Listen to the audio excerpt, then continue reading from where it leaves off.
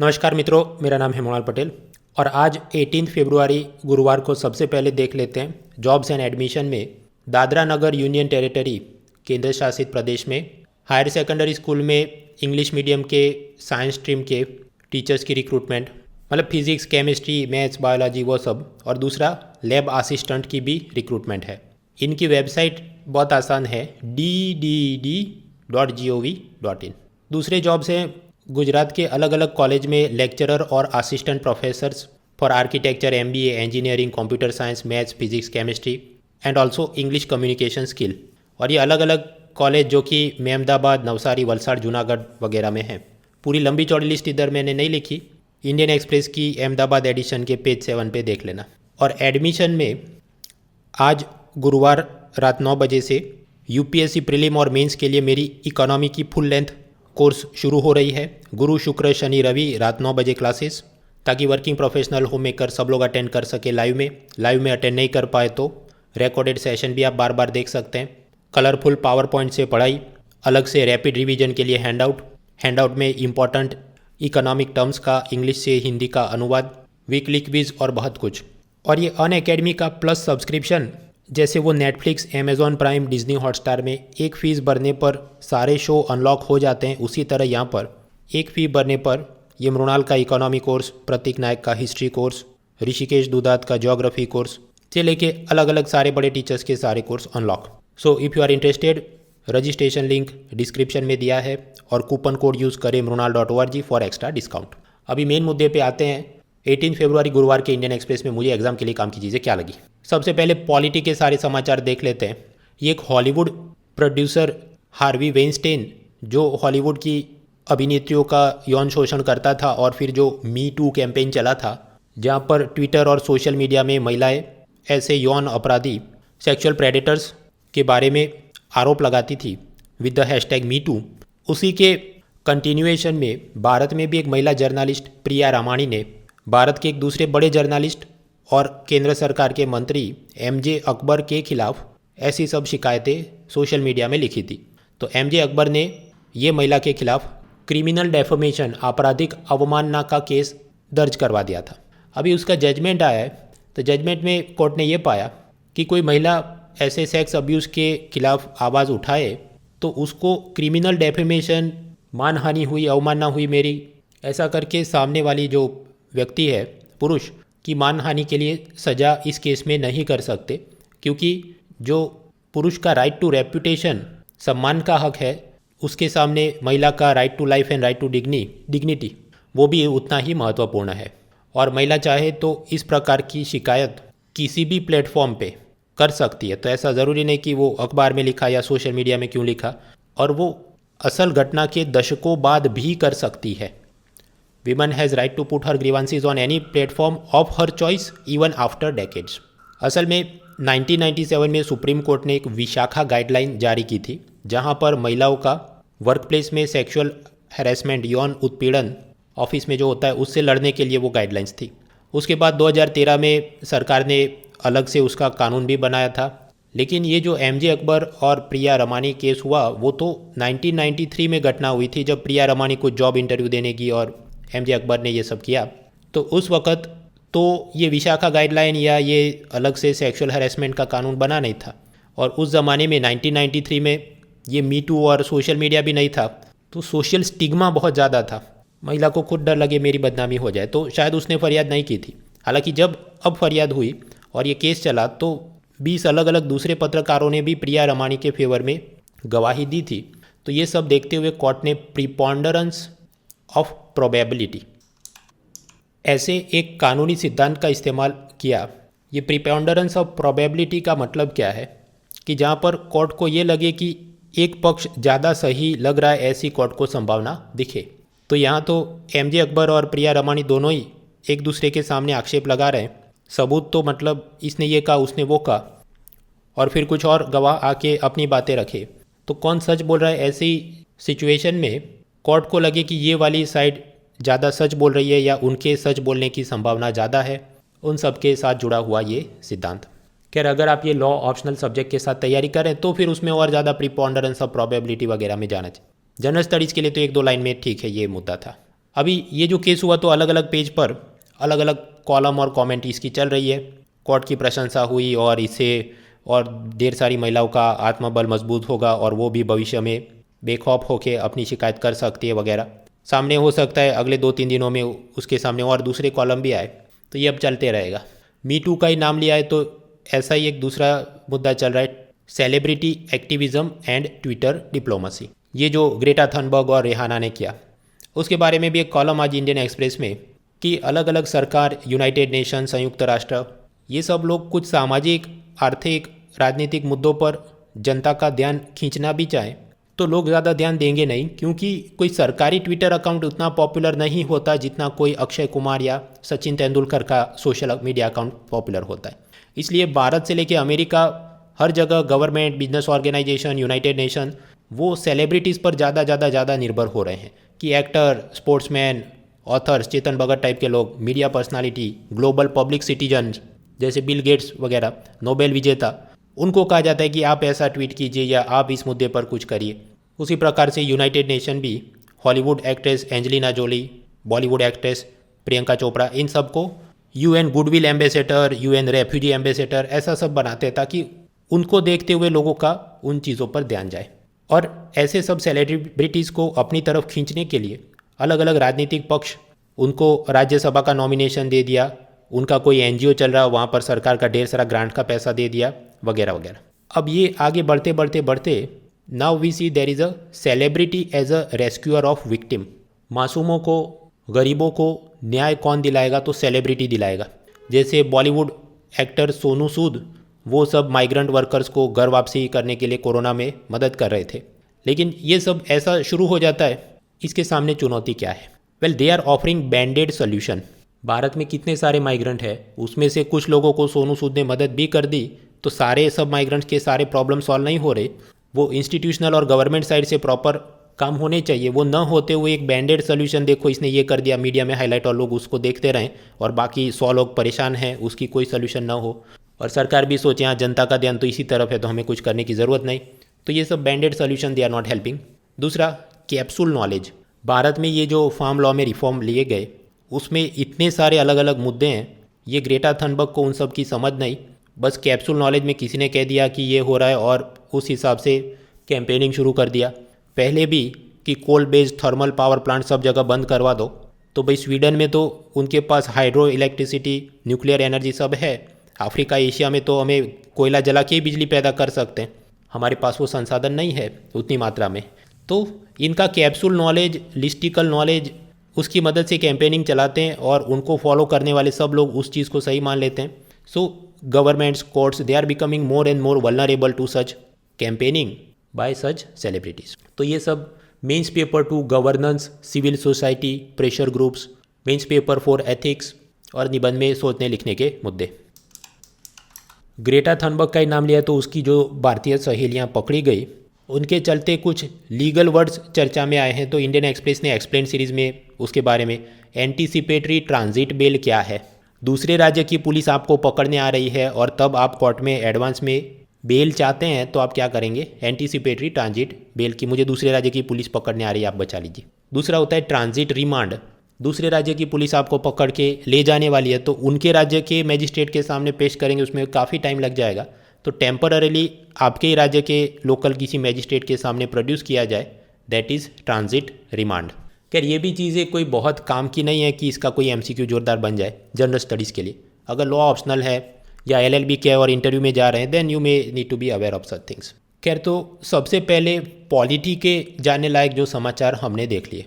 अभी पेज 1 पर इसके अलावा और क्या क्या है? एक तो वही किसान कोरोना सब चल रहा है, फिर प्रोडक्शन लिंक्ड इंसेंटिव स्कीम, वो तो खैर वापस हम लोग इकोनॉमी वाला पेज 13 के आसपास आएगा तो देख लेंगे। वडोदरा जो कि गुजरात की कल्चरल कैपिटल, सांस्कृतिक राजधानी मानी जाती है और उसके सब रोचक समाचार हम पहले भी पढ़ चुके हैं। अभी आज एक और रोचक समाचार कि वडोदरा म्यूनिसिपल कॉरपोरेशन के लिए कांग्रेस पार्टी ने मैनिफेस्टो जारी किया जिसमें ये लिखा है कि हम लोग डेट डेस्टिनेशन बनाएंगे जहाँ पर कॉफ़ी शॉप्स होंगे और वहाँ पर नौजवान, कपल, कॉरपोरेट्स ये सब जाकर बैठ सकेंगे, मीटिंग कर सकेंगे। ऐसे डेट डेस्टिनेशन कॉफ़ी शॉप्स बनाए जाएंगे। तो बीजेपी ने इसका विरोध किया कि ये सब इटालियन कल्चर इधर नहीं चलेगा और ये संस्कारी नगरी है वडोदरा, और मतलब कुछ और ही चल रहा है इधर। Anyways not important for exam. आगे बढ़ते हैं। पेज 2, 3, 4, 5, 6, 7 पे ऐसे ही सब नॉन एग्जाम ओरिएंटेड समाचार और कुछ एडवर्टाइजमेंट है और राशि भविष्य जो एग्जाम के लिए काम का नहीं। सीधा पेज 8 कॉलम्स, लेफ्ट साइड के दो पैराग्राफ के छोटे कॉलम में एक तो ये एमजे अकबर प्रिया रमानी वाला केस जिसका मैंने शुरुआत में ही आपको बता दिया। दूसरा छोटा कॉलम है पुडुचेरी की लेफ्टिनेंट गवर्नर किरण बेदी को हटाया गया तो वहाँ क्या झगड़ा चल रहा था, लेकिन ये सब political bickering type of news, not important. तीसरे समाचार हैं ब्रिटेन के राजकुमार हैरी और उनकी वाइफ मेगन मार्केल का कुछ रियलिटी शो इंटरव्यू प्रोग्राम आने वाला है, नॉट इम्पॉर्टेंट। पेज 8 पर बड़े कॉलम में उपेंद्र बख्शी का ये celebrity campaigning and Twitter diplomacy जिसके बारे में भी हमने शुरू में पढ़ लिया। फिर एक दूसरा फिलोसॉफिकल टाइप का कॉलम है नंदितेश नीलय का कि कोरोना में दूसरों के प्रति सहानुभूति रखनी चाहिए वगैरह। इंग्लिश बेहतर करने के लिए आप देख सकते हैं, बाकी कोई जोरदार एग्जाम के मुद्दे तो दिखते नहीं। आगे बढ़ते हैं पेज 9। पेज 9 पे बड़े कॉलम में एक है मनीष सब्बरवाल। मनीष सब्बरवाल का हमने एक कॉलम पढ़ लिया तो उसके 10 कॉलम पढ़ने के बराबर ही है, क्योंकि हर कॉलम में घूम फिर के उसकी बात इतनी होती है कि भारत का नौजवान कॉलेज से ग्रेजुएट होता है, उसके पास स्किल नहीं होती है और भारत सरकार ने ये एजुकेशन और लेबर लॉ में रिफॉर्म करने की ज़रूरत है। घूम फिर के सारी उसकी जितनी भी कॉलम हो 10 पढ़ो, 100 पढ़ो, 1000 पढ़ो, 10 जिस्ट इज सेम। तो इसमें से एग्ज़ाम पॉइंट ऑफ व्यू से जो जाने लायक चीज़ थी वो तो हमने पिछले साल ही विन 20 CSP सीरीज़ वो फ्री में ही हमने सब पढ़ लिया था। वो लेबर लॉ में रिफॉर्म और नेशनल एजुकेशन पॉलिसी क्या वो सब हमने पढ़ लिया, तो बात खत्म, आगे बढ़ो। इसको आप पढ़ सकते हैं अगर आपको इंग्लिश इंप्रूव करना है, आर्टिकुलेशन स्किल, थोड़ा इधर उधर का डेटा मिल जाए। लेकिन आप समझिए 1500 शब्द पढ़ूँ और उसमें से मुझे 2 मुद्दे नए जानने को मिले, वो सब cost benefit not the best use of time and energy. Page 9 पर दूसरा कॉलम है बद्री नारायण, ये बीजेपी की हिंदुत्व पॉलिटिक्स के बारे में। खैर उसमें ये कहा गया कि ईस्टर्न उत्तर प्रदेश में चित्तौरा लेक के पास प्राइम मिनिस्टर मोदी ने मध्यकालीन भारत के एक महाराजा सुहेलदेव का स्टैचू और पोस्टल स्टैंप इनाग्रेट किया। ये महाराजा सुहेलदेव ने मध्यकाल में महमूद गजनी के किसी भतीजे को हराया था। और फिर ये पूरी कॉलम में बात है कि किस तरह से बीजेपी ऐसे मध्यकाल के हिंदू राजा जैसे राजा सुहेलदेव, गोकुल जाट, बलदेव पासी वगैरह को हाईलाइट करके उनको आइकॉन बना के अपनी हिंदुत्व वाली पॉलिटिक्स कर रही है वगैरह वगैरह। खैर वो चीज़ काम की नहीं, काम की चीज़ ये है कि अच्छा महाराजा सुहेलदेव और वो मिडाइवल लोकेशन बेस्ड MCQ कुछ आए तो ये चित्तौरा लेक और ये सब किधर है, यूपी, ईस्टर्न यूपी में। उसी तरह ये गोकुल जाट और बलदेव पासी वो लोग कौन कौन से एरिया से बिलोंग करते थे वो आप होमवर्क में देख लेना। तीसरा कॉलम है इलीना रॉय एंड रंजना दास कि ये जो नए लेबर कोड्स बन रहे हैं उसमें असमानता है और महिला पुरुष और इनफॉर्मल सेक्टर वगैरह। लेकिन इसमें जितना नेगेटिव टोन है कि मतलब बात ऐसी है जैसे लेबर कोड में कुछ अच्छा है ही नहीं, तो भाई इस टाइप की जो लैंग्वेज और आर्टिकुलेशन है अपनी एग्जाम में काम का नहीं। आगे बढ़ो। Page 10 explain series. एक तो है हाइड्रोजन के बारे में, नए बजट में हाइड्रोजन एनर्जी मिशन बनाएंगे ऐसी घोषणा की फाइनेंस मिनिस्टर ने। हालांकि वो सब डिटेल्स आनी बाकी है, लेकिन आप समझ सकते हैं ऐसा नेशनल हाइड्रोजन मिशन या इलेक्ट्रिक व्हीकल मिशन या कुछ भी हो, घूम फिर के 4 बातें होती है कि ऐसी कंपनियों को टैक्स और सब्सिडी में रियायत दी जाएगी, इस क्षेत्र में और टैलेंटेड मैन पावर आ सके इसलिए यूनिवर्सिटी कॉलेज सब जगह उसके कोर्स जारी करवाएंगे, skill development, awareness generation, patent में ये मदद करेंगे वगैरह वगैरह। तो इलेक्ट्रिक व्हीकल तो होते ही हैं, ये हाइड्रोजन कार ये चीज़ क्या है, उसके लिए फ्यूल में हम यूज़ करते हैं हाइड्रोजन। ये हाइड्रोजन आपने पैदा कैसे किया उस हिसाब से अलग अलग प्रकार हो सकते हैं। एक होता है ग्रे हाइड्रोजन, यानी कि जो फॉसिल फ्यूल जीवाश्म ईंधन ये क्रूड ऑयल वगैरह चीज़ें उसमें से बनाया हो हाइड्रोजन तो ग्रे हाइड्रोजन। ब्लू हाइड्रोजन तो वो भी फॉसिल फ्यूल से ही बनाया हो लेकिन कार्बन कैप्चर स्टोरेज वगैरह थोड़ा उसमें क्लीन टेक्नोलॉजी यूज़ किया हो तो ब्लू हाइड्रोजन बोलते हैं। और तीसरा होता है ग्रीन हाइड्रोजन जो कि रिन्यूएबल एनर्जी सोर्स से बनाया गया हो। अभी ऐसा ये सब जो हाइड्रोजन होगा वो आप एक हाइड्रोजन सेल में उसको भरेंगे, बहुत कम टेम्परेचर में उसको स्टोर करना होगा और फिर प्लेटिनम को कैटालिस्ट यानी उद्दीपक के रूप में यूज़ करके आप कोई ऑक्सीडेशन रिडक्शन रिएक्शन करेंगे तो ये हाइड्रोजन के अंदर जो भी केमिकल एनर्जी रासायनिक ऊर्जा है वो इलेक्ट्रिक एनर्जी विद्युत ऊर्जा में तब्दील हो जाएगी। तो इधर जो वो पेट्रोल डीजल जलता है ऐसा कोई कंबस्चन ज्वलन नहीं हो रहा है, तो मतलब इसकी कोई कार्बन फुटप्रिंट वगैरह ना के बराबर है। और दूसरा ये जो हाइड्रोजन से चलने वाली इलेक्ट्रिक कार, तो इसमें ये हाइड्रोजन का रिफिल सेल ही भरना हो तो वो तो 5 मिनट में आप नया सेल फिट कर सकते हैं।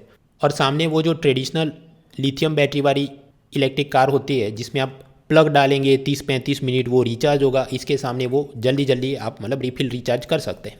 सामने चुनौतियाँ क्या है, ये टेक्नोलॉजी एक तो बहुत महंगी है, कुछ लोगों को डर लगता है कि हाइड्रोजन सेल फट गया तो, हालांकि ये कंपनियां ये बोल रही हैं कि नहीं नहीं वो तो सीएनजी वाला सिलेंडर भी फट सकता है, तो ये कोई the danger level he same वगैरह वगैरह। खैर, तो एक्सप्लेन सीरीज़ में ये एक साइंस टेक्नोलॉजी एनवायरनमेंट के लिए जानने का मुद्दा। दूसरी एक्सप्लेन सीरीज़ वो पुडुचेरी में लेफ्टिनेंट गवर्नर किरण बेदी को हटाया तो क्या पॉलिटिकल तू में चल रही थी, एग्जाम के लिए काम की नहीं। ग्रेटा थनबर्ग की सहेलियों के बारे में arrest bail, anticipatory transit bail वगैरह शब्द शुरुआत में हमने समझ लिए। महाराजा सुहेल देव का पोस्टल स्टैम्प जारी किया वो तो अभी हमने पढ़ लिया। आगे बढ़ते हैं, पेज 11 सरकारी विज्ञापन काम के नहीं। पेज 12 25 फरवरी को राष्ट्रीय कामधेनु आयोग के द्वारा काउ साइंस एग्जाम होने वाली है, तो यूनिवर्सिटी ग्रांट्स कमीशन ने सब कॉलेज को बोला है कि भाई आप अपने विद्यार्थियों को कहिए कि ये एग्ज़ाम देनी है। पेज 13 में वापस वही एमजे अकबर वाले समाचार जो हमने देख लिए। पेज 14 वर्ल्ड न्यूज़ में क्लाइमेट चेंज के चलते अमेरिका के टेक्सास राज्य में अचानक से विंटर स्टॉर्म आ गया। इतनी ज़्यादा सर्दी और शायद थोड़ी बहुत बर्फबारी भी हुई कि जिसके चलते लोगों को बहुत सर्दी लग रही है, तो वो रूम हीटर चलाने के लिए बहुत ज़्यादा उन्होंने बिजली सबने खींचना शुरू कर दिया। तो इलेक्ट्रिसिटी कंपनियों को अंदेशा ही नहीं था कि अचानक से इलेक्ट्रिसिटी की डिमांड इतनी ज़्यादा बढ़ जाएगी, तो पूरे वो ग्रिड फेल हो गई, जिसके चलते इस सर्दी में 24 लोग मर गए। तो वैसे तो ये अमेरिका की समाचार भारत के लिए सीधा काम का नहीं, लेकिन सोचने का विषय ये है कि क्लाइमेट चेंज के चलते ये अचानक से बहुत गर्मी या बहुत सर्दी हो जाए, जिसके चलते या तो हमें रूम हीटर या रूम का एसी बहुत ज़्यादा तेज़ चलाना पड़े, जिसके चलते अचानक इलेक्ट्रिसिटी की इतनी भारी खपत जो हमने कभी सोची नहीं हो, और ग्रिड फेलियर। और सोचिए ऐसा अगर इलेक्ट्रिसिटी चला गया तो जो हॉस्पिटल में भी वेंटिलेटर पे लोग होंगे या कोई और इमरजेंसी काम चल रहा होगा वो भी ख़त्म हो जाए, और ये बिजली बंद हो गई तो वर्क फ्रॉम होम और कोरोना में जो जितना भी इंटरनेट से हम काम कर रहे हैं वो भी ना कर पाए, तो पूरी इकोनॉमी और human lifes they are at stakes. मित्रों, वर्ल्ड न्यूज़ में भूटान, उधर भी आज धमाल चालू हो गई कि वहाँ एक सुप्रीम कोर्ट के जज और एक आर्मी ऑफिसर को किसी कंस्पायरेसी यानी साजिश के लिए गिरफ्तार किया गया। अभी वो क्या साजिश थी, वो जेम्स बॉन्ड टाइप की समाचार हमारे लिए काम के नहीं, आगे बढ़ो। फाइनेंशियल एक्शन टास्क फोर्स यानी FATF, ये एक ऐसी संस्था है जो मनी लॉन्ड्रिंग, टेरर फाइनेंस मतलब आतंकियों का वित्त पोषण, उससे लड़ने के लिए ये संस्था है।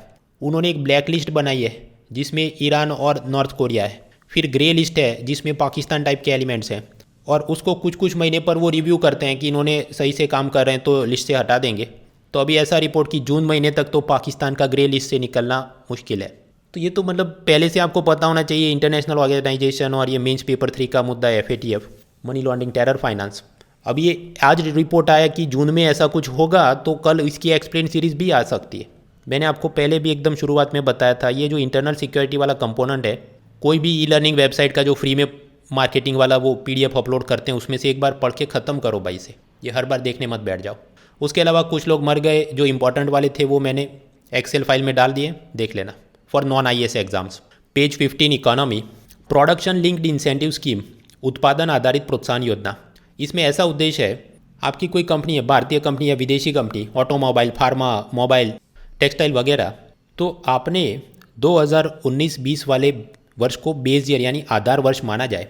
उस वक़्त आपका क्या उत्पादन था भारत में, और उसके बाद हर साल आपने जो भारत में बनाई ऐसी चीज़ों का सेल कितना बढ़ा भारत में ही, या एक्सपोर्ट भी आपने किया, वो सब कुछ।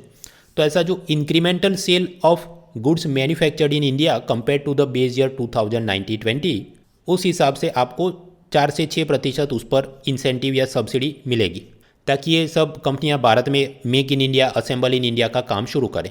अगर माइक्रो स्मॉल मीडियम एंटरप्राइज है तो उसको शुरुआत के 2 वर्ष 7% सब्सिडी मिलेगी। अभी ये जो प्रोडक्शन लिंक्ड इंसेंटिव स्कीम है, उसमें शुरुआत में थोड़े सेक्टर और थोड़े कंपोनेंट थे, फिर उसमें और नए नए ये वाला प्रोडक्ट भी एलिजिबल, ये वाला प्रोडक्ट भी एलिजिबल, ये वाला सेक्टर भी एलिजिबल करके बॉल बाय बॉल कमेंट्री चलती रहती है। हर बार आए तो हमने काम धंधा छोड़ के पढ़ने नहीं बैठना है। आगे बढ़ो। दूसरा मुद्दा है फ्री ट्रेड अग्रीमेंट, मुक्त व्यापार समझौता।